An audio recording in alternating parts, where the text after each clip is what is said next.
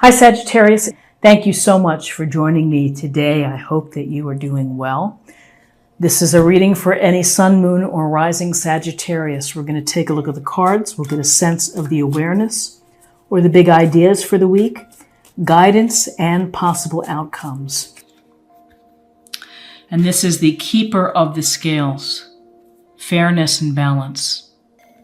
So when I think of fairness and balance with respect to the mind, it's really the ability to consider both sides of a discussion, to consider opposing opinions. We all don't have the same opinion. We don't have the same thinking on many different areas, but there's a sense of being fair and listening to two sides of an argument. That when you're able to do that, you are feeding into your processes both sides, and it's going to give you ample information for you to be able to find where you sit, to determine your opinion, to determine an outcome, to reach decisions. When you can incorporate fairness and balance within how you approach things on a daily basis, then, it's very helpful, very rewarding. And, people notice the folks that are fair and often want to work with those kind of folks on a team or want to have them around, is the ones that approach things without judgment and approaching things without angst or a hidden agenda. So fairness and balance, and, with respect to balance, I think sometimes if you have liberal political leanings, that maybe it's a good idea to listen to the conservative talk shows for a bit and to just see what they're saying. You may not want to do that, but it's informative. When you're able to approach things from two sides and to look at it without flavoring it or without, really kind of negating the other side, then you're going to be a much better informed, husband, wife, worker, a clergyman, any of those modalities, any of those things.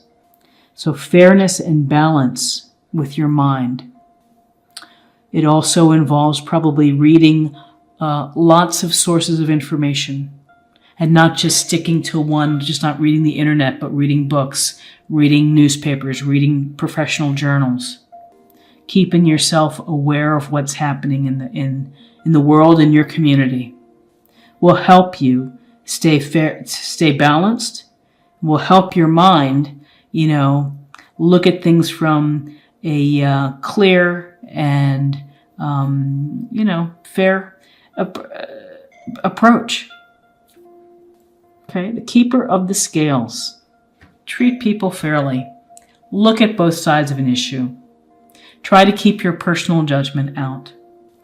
Okay, so spiritual self. Spiritual self includes our subconscious, our intuition, our instinct, our feelings, our emotions. So let's get a sense of what energies and messages can we receive from the source to aid and to help our spiritual self. To aid and to help spiritual self. Vulnerability. This is confirmation that you're seeking to tread into the unknown, unfamiliar territory, where decisions are based more on intuition than rationality. Don't let fear hold you back or allow a misguided sense that feeling vulnerable is somehow a negative condition. So take a look at that card. One of the truer things that I've read is that, people perceive vulnerability as a weakness or as a negative aspect. And when you are able to be vulnerable and when you allow others to see that you are vulnerable, which means that you are able to be hurt, that you are able to feel the sadness, that, that you're scared, that you have fear, that you have anxiety. When you keep holding that in, when you're trying to put on that brave front or to be the tough guy or the tough gal and saying, I don't need help, I'm good. After a while, all of that tightness and keeping it in builds up, and it builds more stress, and it builds more blockages. And we're trying to release the negative energies. We're trying to let go of the things that don't help us today, of holding on to things from the past. And that doesn't help us when we're trying to deal with the present. So with vulnerability, for next week, how can you reveal yourself? How could you let someone know, perhaps if you're feeling down or if you're feeling not your normal self? How could you let someone know in a gentle way that, they're going to be receptive to help you? And I'm sure that they would be. But vulnerability means just, I think, letting down that false front for a moment or two so that you can let people see in. We're humans. We're not perfect. We have the good moments and we have the challenging moments, and we have we've somehow created that we have to have this perfect image and that we're strong and we can do it all and nothing gets through us. Well, we're vulnerable. Things hurt. Our skin bleeds. We cry. So allow yourself and your spirit to feel vulnerable, and don't let that stop you. What am I trying to say? I'm trying to say, don't create that false front that is like, I got this. I don't need any help right now. I'm good. But it's the fear of people seeing you for who you are. And perhaps there's a fear of that people are not going to like you, and people will like you, and people will respect you when you are upfront and open with your vulnerability. And, I'm just thinking of practical ways that could help shed light with that. And that could be something as going to, if the alcohol is an issue, it's going to AA and discussing your life and your challenges. Perhaps it's going to a weekly prayer session at the church, or a self-help group, or if it's related to divorce or widows. There are organizations and others who feel as you do. And if you're able to share some of that, then that can be very beneficial to your heart and to your soul, to everything. Okay, so let's look at the body. And our body is, every neuron, every muscle, every tendon, blood flowing, everything within us, our organs, all dictated by our brain of what we do. So let's get a sense of a practice or something to focus on next week that can help our body, our mind, our spirit find connection.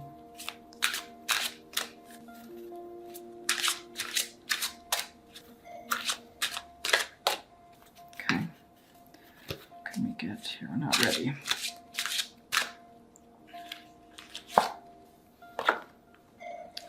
Use your natural healing abilities. Guide, encourage, and support healing work. So, your natural healing abilities. Well, I think under natural healing abilities, that applies to getting rest, having rest, eating a healthy diet. Your body cannot heal itself if you don't give it the vitamins or the nutrients or the rest or the water that it needs, the hydration. So also it's using your natural ability relies on you on keeping your spiritual self together, and keeping your mind active and engaged, because all of these things are going to help you heal whatever hurts you may have, whatever hopes you may have, but it's a sense of recovery. And rest is a really important piece of recovering and of restoration and of rejuvenation. So using your natural healing abilities, and sometimes it's just as simple as having some green tea and some honey, and using things from nature to try to help heal whatever is ailing you. In our society, particularly in the U.S., it's here's a pill to handle that. Here's the pill to help you with your cholesterol. The statin will improve your numbers dramatically. Bye-bye. What's the underlying issue? The underlying issue is to eat healthy and to exercise. Now, sometimes you can't do things because of genetics, but when you start from a natural perspective with your body first, of putting in plant-based foods and organically grown foods and things that you can do that will help you, then that's a start. But really, to me, it's this using your natural healing abilities is all incorporated with your mind and your spirit and your mindset, as well as the taking care of business part, which is your rest, your diet, your laughter, your joy with others, your, exercise. You've got to put in your part for your body to heal. You have to do your part. So if you're not taking care of your body, if you're smoking a pack a day, if you're drinking a half a bottle a day, then, you're making it more challenging for your body to heal. You're making it more challenging for everything to work in your favor. Ultimately, when we cut our finger, we wash it, maybe we put a little Neosporin on it, we put a Band-Aid on it, and then the skin, ultimately heals.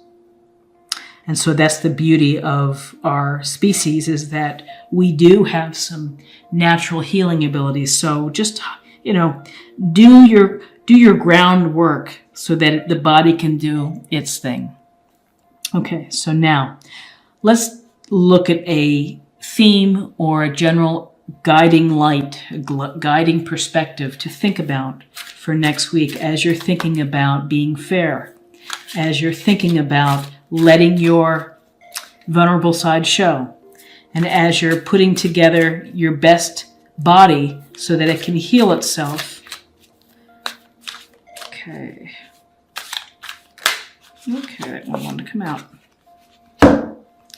The source. So this illustration, and by the way, this is the Osho Zen Oracle. This was the John Holland Spirit Messages, and this is the Doreen Virtue Healing. I'll put links in the description of the video. The source. Well, the source, from a first glance, is the sun beaming down and radiating on us, bringing us life, bringing us vitality, bringing us the energy to create, to move, to think, to feel, to love.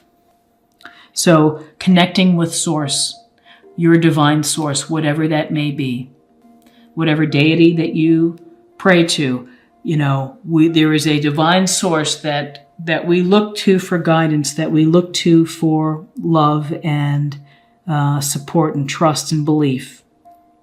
So for the week of the 9th, next week, I would say, try to sit down and meditate, perhaps. Sit down and be thankful, divine source, to have an affirmation. Thank you so much for giving me the life that I have, the health, the material possessions that, a roof over my head, food on the table. But be appreciative of source, because source is there. It provides us with strength, provides us with really our life in on this planet. Okay?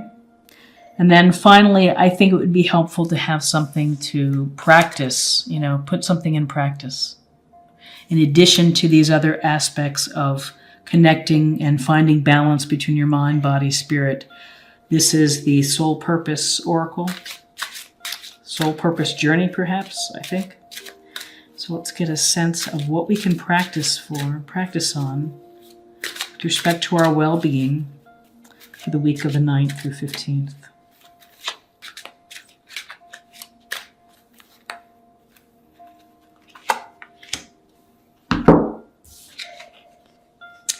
Freedom. I possess the power and the free will to create my happiness. So true. Freedom. We all have freedom to choose the path that we want to walk.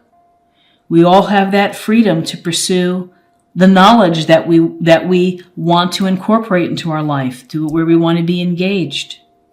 We have the freedom to look at things through a positive lens, or, are you going to choose to look through things with a negative view or a downer type of view?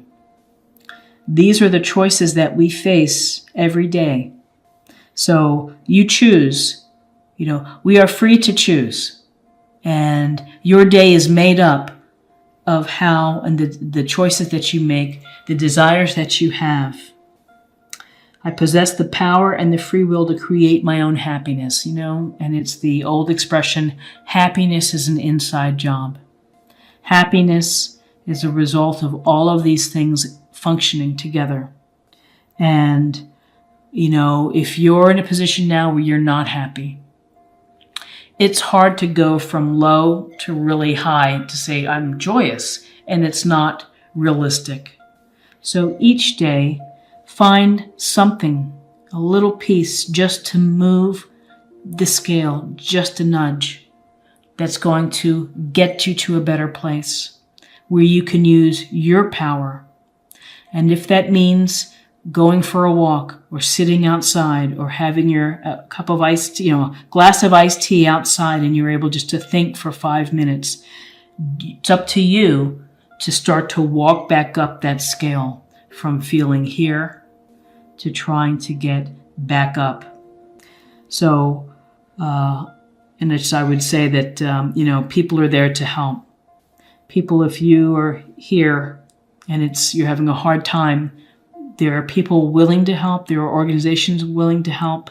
And that's going to rely on you being vulnerable enough to ask for help and to not be afraid to say, I'm faltering here. I need a little bit of an assist.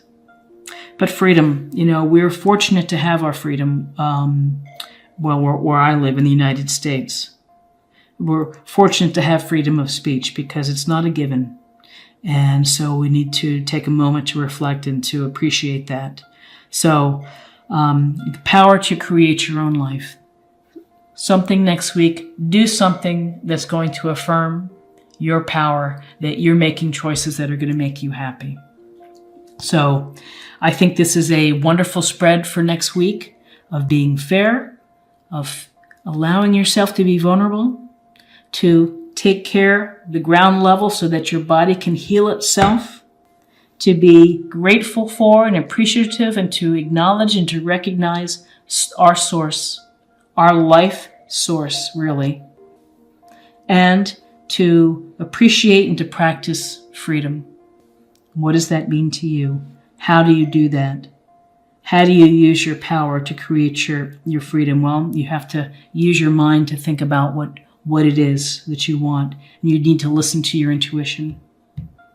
And hopefully your body will put you in a position to be able to carry out whatever desires you have.